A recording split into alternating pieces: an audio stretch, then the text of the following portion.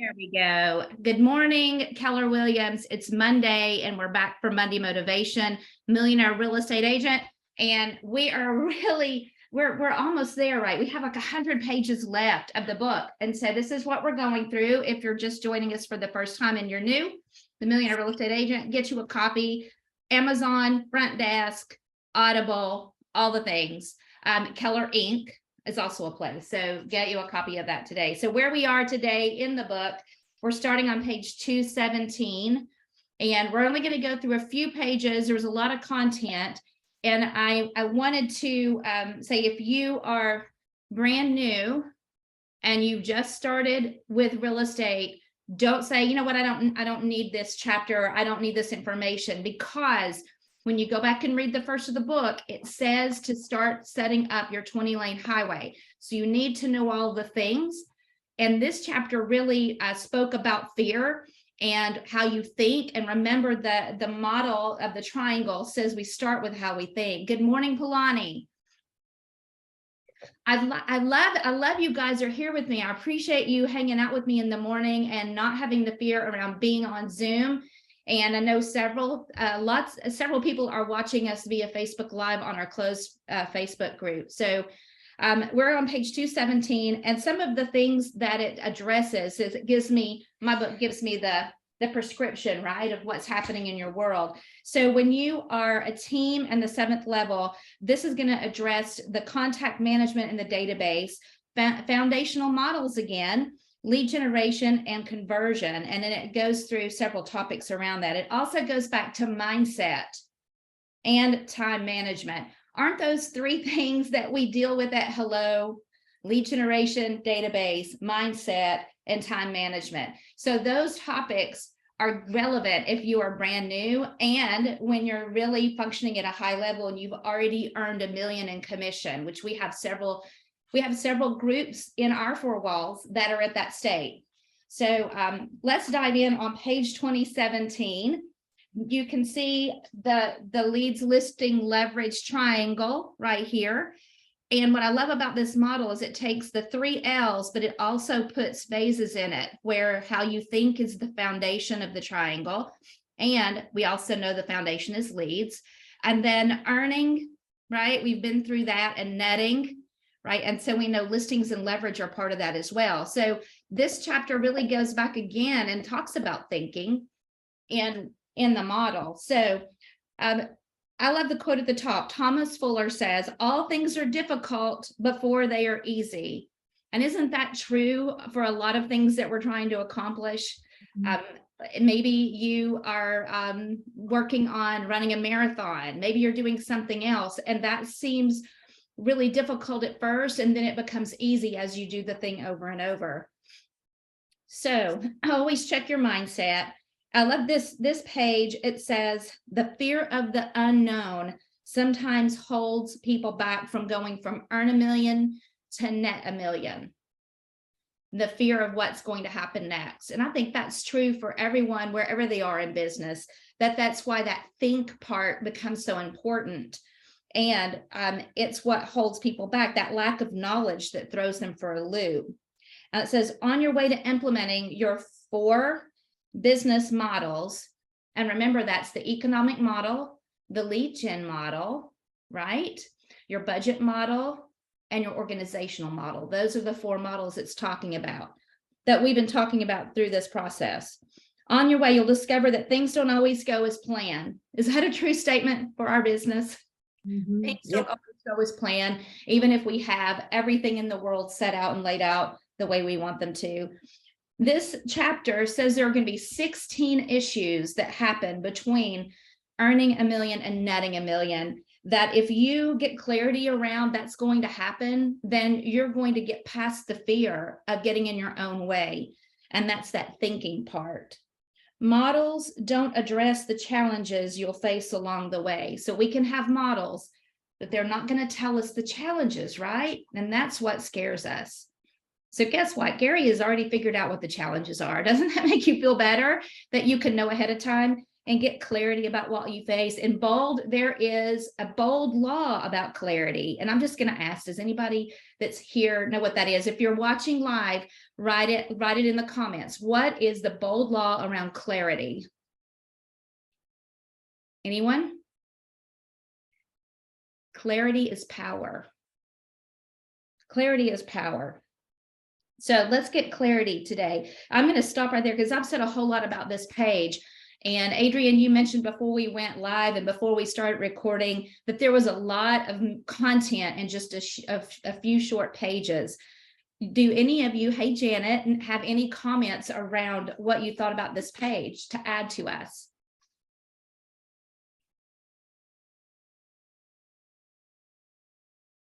I definitely think that where it says models tell you what to do and how to do it, but they don't always address the challenges.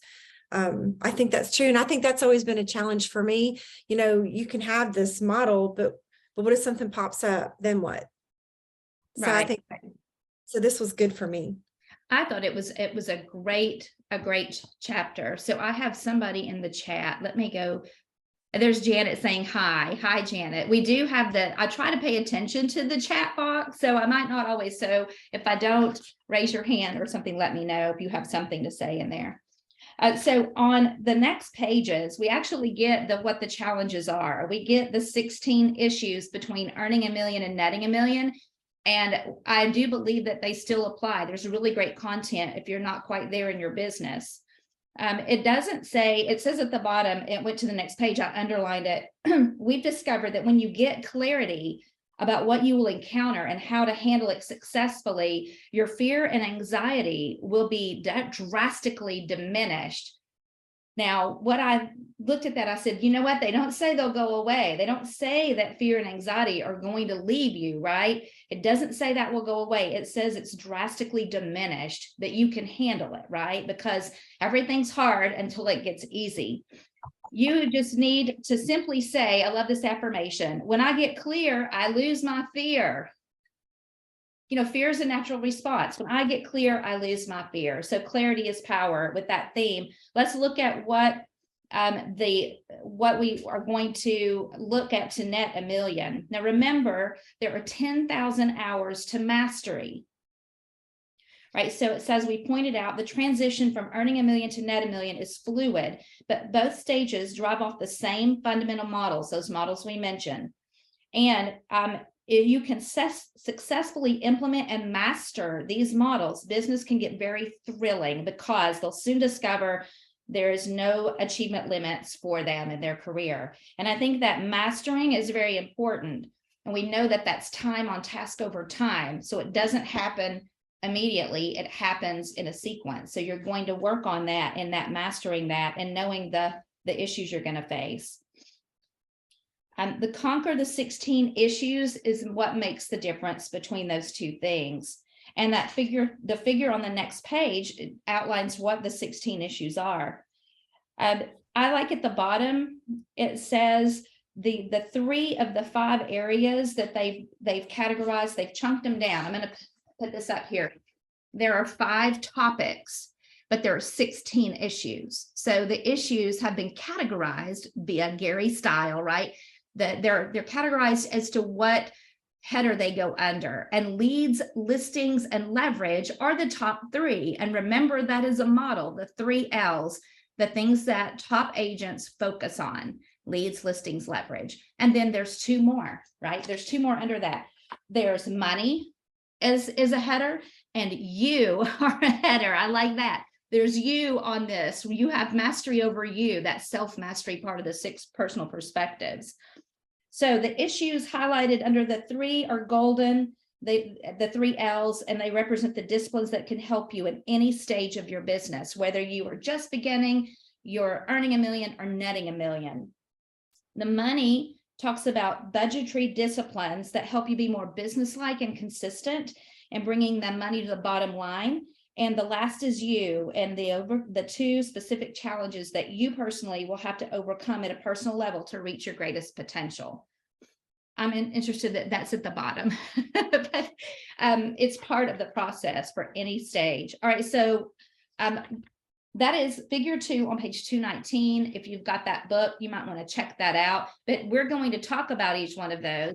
So today we are going to start with leads, and the number 1 is sustaining a solid lead generation program that emphasizes marketing and consistently increases the number of leads, because leads are what matters. And I think as I read this, I reflected at my own lead generation, and it is so true that if you have a lot of leads happening, you tend to go over here and start servicing leads, right? You service the things you're doing. So you will encounter 4 issues that you will have when it comes to leads in your real estate business. that first one I just mentioned. Number 2 that we'll talk about on another time is tracking and converting leads through others, protecting your lead generation focus time. I had an arrow pointing to that. And weighing your options. So the process of discovering what works and what doesn't work for you in terms of return on investment and getting leads in your business. So sustaining a solid lead gen program that emphasizes that marketing and consistently increases the number of leads. Before I talk about any of this page, do any of you have any comments about page 220 in the beginning of talking about the lead section as a challenge?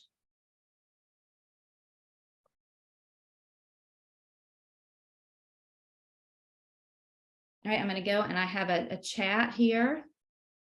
Can you repeat again what you said about clarity? Absolutely. Clarity is power. Is that what you're asking, Janet? That's a bold law. Bold is coming in August. So if you've never had bold, then it is an investment in you. I think unless they've gone up on the price, it's around $800. It is a 7-week boot camp, 1 day a week, not all days of 7 weeks. And it's really team oriented. It's group oriented. It challenges how we think, which is the first thing we need to think about anyway for the Millionaire Real Estate Agent. It also helps us get past our fears. So it's really helpful. And there's a lot of bold laws that are so true. And clarity is power is that one. So thanks for asking that. All right. So I like the quote from Greg Newman, who is a millionaire real estate agent with 113 million in volume. I anticipate the market, not just react to it. I have learned marketing techniques and learned what pulls better. So that's that part of looking at the marketing piece and also analyzing what's happening with the things that we've set up and that we're doing. And we've had a whole lot of conversation about what's happening in the market on a Keller Williams Realty International level, pouring down to us what economists are saying. I believe that you guys feel that we're so set up well to anticipate what's happening because the company loves us like that. And I really appreciated that when I went to Anaheim and saw that on that level from leadership higher up. So your sales business to a high level is going to make sure that if you want a high level business, that you're continuously focusing on lead generation, no matter how many leads you have or how busy you become.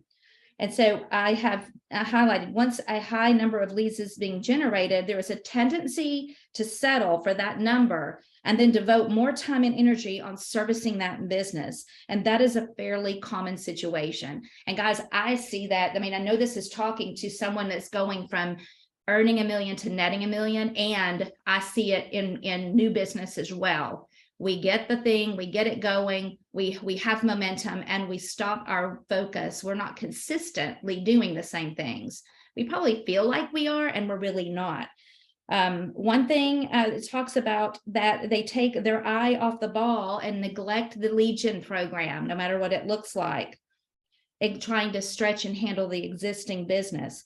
So it says to view the business like a shark. Did you love that? I did. Yes. Tell me about that. Actually, I just underlined it again because if we remind ourselves, I mean, a shark can't survive if it's not moving. And basically that's for us. If we're not constantly lead genning, then we're not going to have a consistent business, and we're never going to get to earn $1 million and net $1 million. Absolutely. It shows up in our shift between generating leads and servicing leads. and we go in the up and down cycle of cash flow, and we don't feel it till it's happening. Right? We're busy. We feel really good about ourselves. We've done all this lead generation over here. And like it's a 90-day happening, right? We look for people to help and serve. We find them, and it usually shows up in an average of 90 days. And we work to service that. And then we're like, uh-oh, pipeline's empty. I totally live that. Okay. So it's very, very easy. And we have to focus on it all the time. So when the shark doesn't move, they drown. So they're always moving. And that's how lead gen is. I love that.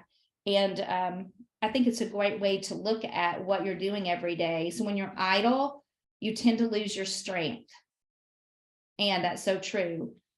So when you are looking at, you have to service business, so you have to do that, but you also have to make time to find new leads. And maybe the tracking is, how many leads did I find today? Maybe that's the first thing. How many did I find? And let's track how many I added today. Did I find my goal? Did I find 10? Did I find 5? Did I find 20? And then if I haven't, how am I going to make that up? What's that look like?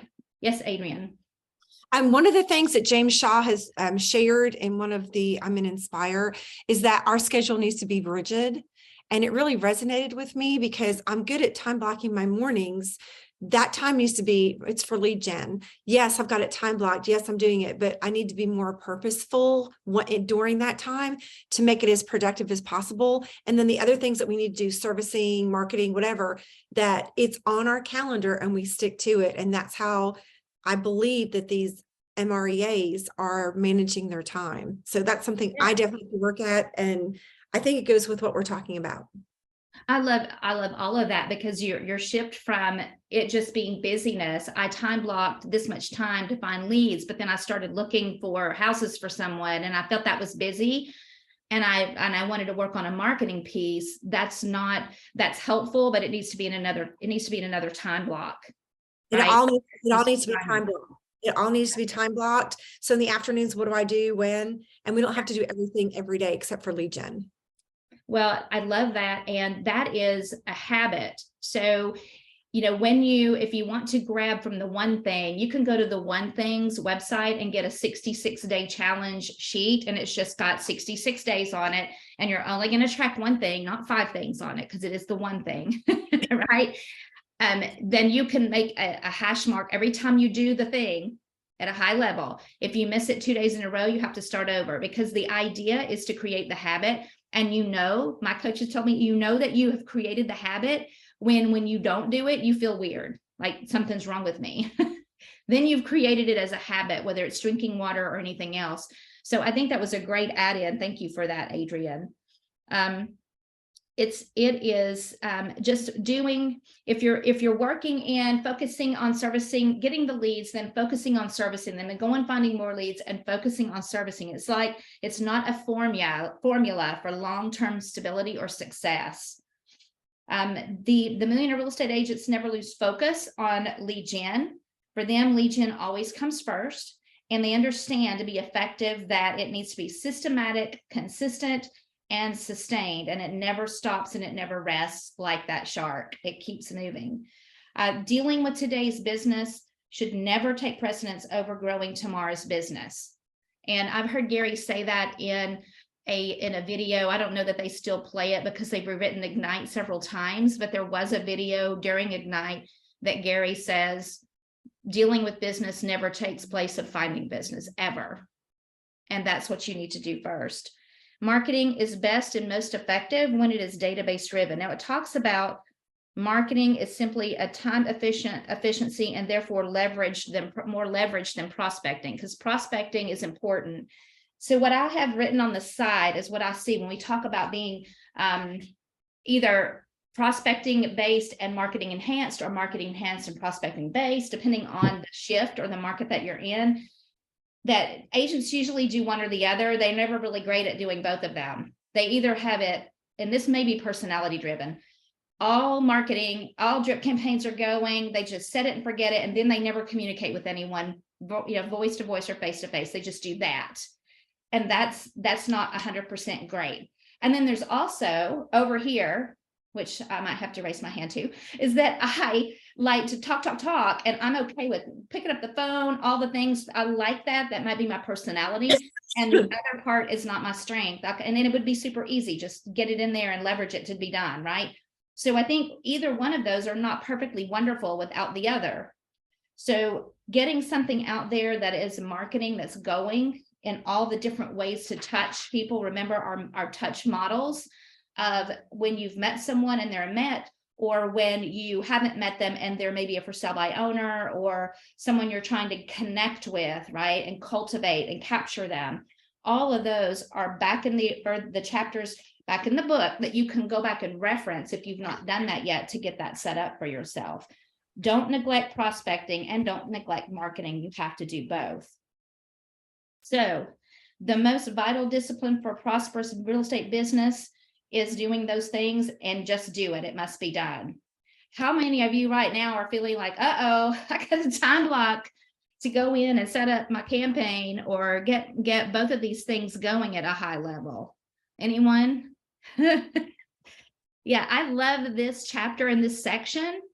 I think that this is the thing. I think when people see this book and they flip through the chapter topics and they're like, well, you know, my success model for me personally is I don't have to be a millionaire. Remember, millionaire is just a placeholder in this book.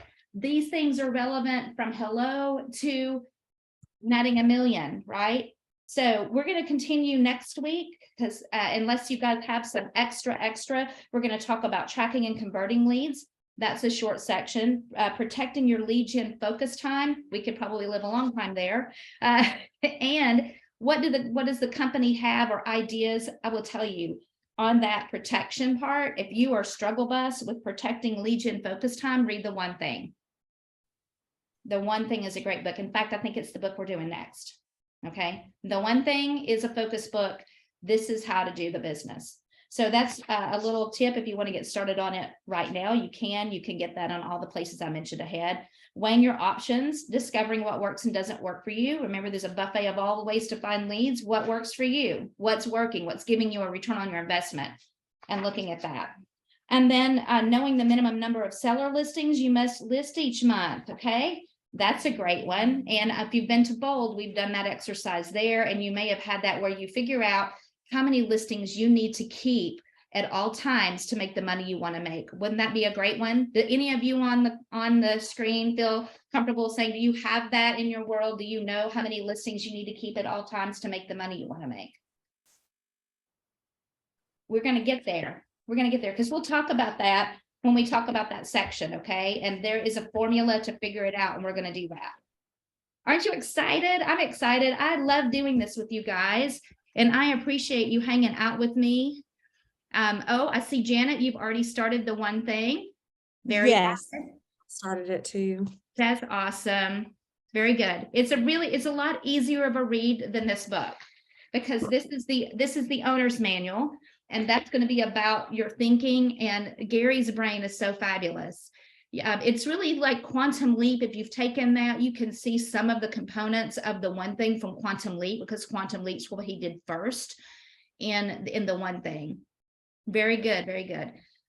Yes, ma'am, Adrian.